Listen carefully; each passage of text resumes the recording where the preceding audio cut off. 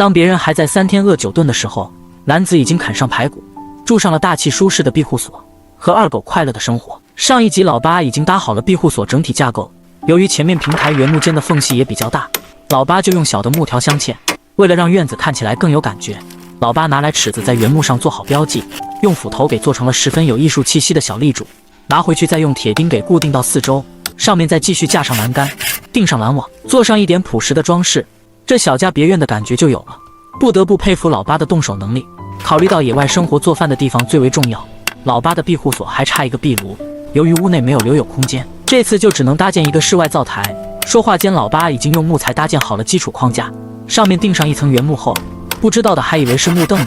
挖好坑，倒上水，老八和出野生稀泥，均匀地涂抹到架子上，两边则配合木块构建出炉膛的形状。由于内部需要良好的挂壁性，老八加入了干草到稀泥中一起搅拌，之后就可以给均匀地糊上一层。为了让壁炉早点干，老八先点燃了柴火，随后又别出心裁地给灶台做了一顶绿色气息的帽子。完工后，老八建造的基因已经停不下来，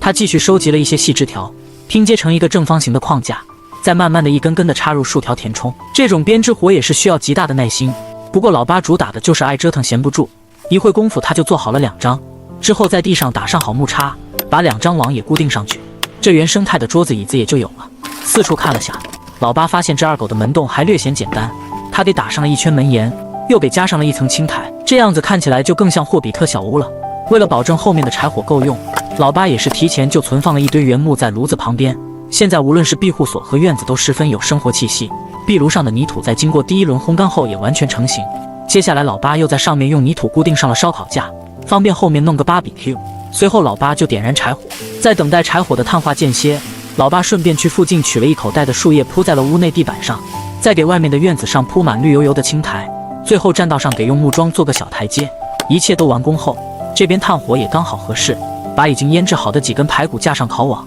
慢慢的等待冒油，烤熟后再弄上一点配菜。坐在屋前一边欣赏雪景一边大口的啃肉，带有香味的骨头正好又可以犒劳下二狗。夜晚北方的气温开始骤降，老八穿上厚衣服厚帽子，垫上防潮垫，铺上睡袋，打算好好困上一觉。